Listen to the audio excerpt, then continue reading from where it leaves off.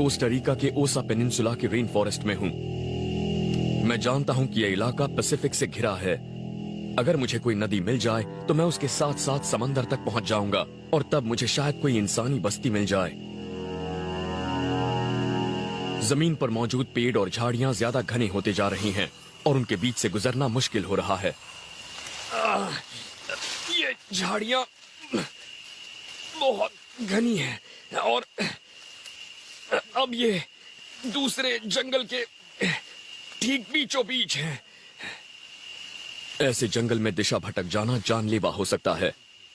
इस इलाके में होने वाली 5 में से करीब 1 मौत इसलिए होती है क्योंकि सैलानी हड़बड़ाकर भटक जाते हैं।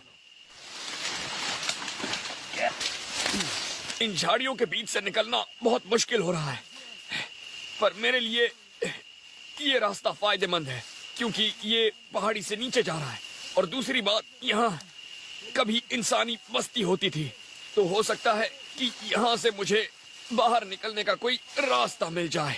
10 साल पहले अधेड़ उम्र की एक अमरीकी महिला रेन फॉरेस्ट में अकेले ही हाइकिंग के लिए निकली थी।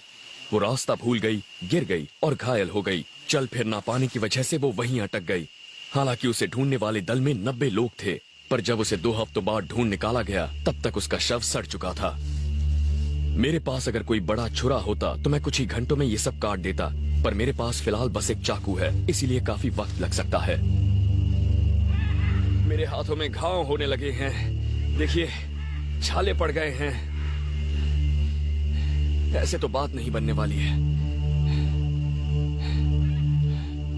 मुझे कुछ और करना होगा।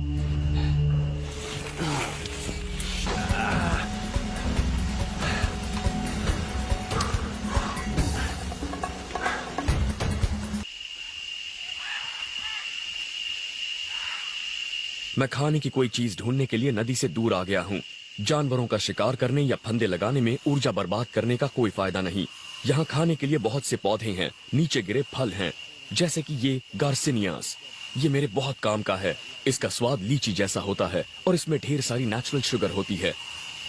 पौधे यहाँ खुराक का सबसे आसान जरिया हैं।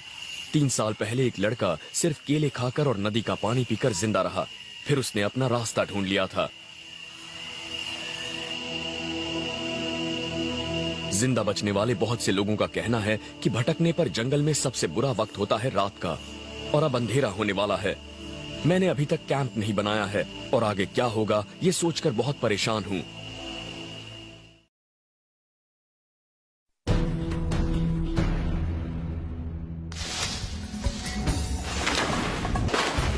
मैं कोस्टा रिका के रेन फॉरेस्ट में हूँ और मुझे बाहर निकलने का रास्ता ढूंढना है। डिसेंट्री डायरिया का एक बिगड़ा हुआ रूप है। शायद मैं इसका शिकार नहीं हुआ हूँ, शायद मेरे पेट में कोई वायरस चला गया है।